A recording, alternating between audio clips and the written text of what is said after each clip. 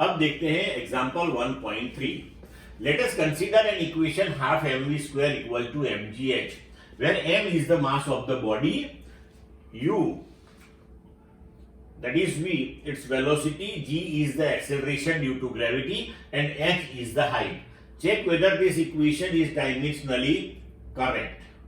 Now see, यहाँ पे multiplication division type के इक्वेशन है, प्लस माइनस वाला कोई टर्म्स नहीं है, तो सिंपली यहां पे ये चेक करना है कि दोनों साइड की डायमेंशनल फॉर्मूला सेम आती है कि नहीं आती है, right?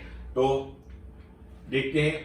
The dimensions of LHS half m v square है एलएचएस में, तो हाफ का कोई डायमेंशन नहीं होता, मास का कैपिटल एम, वी स्क्वायर, तो वेलोसिटी का एल टी माइनस वन, उसका square M L two T minus two.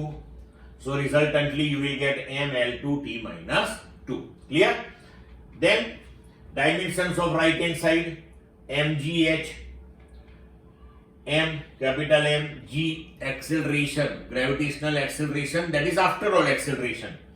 So lt minus 2, h height, so length, so m l2t minus 2.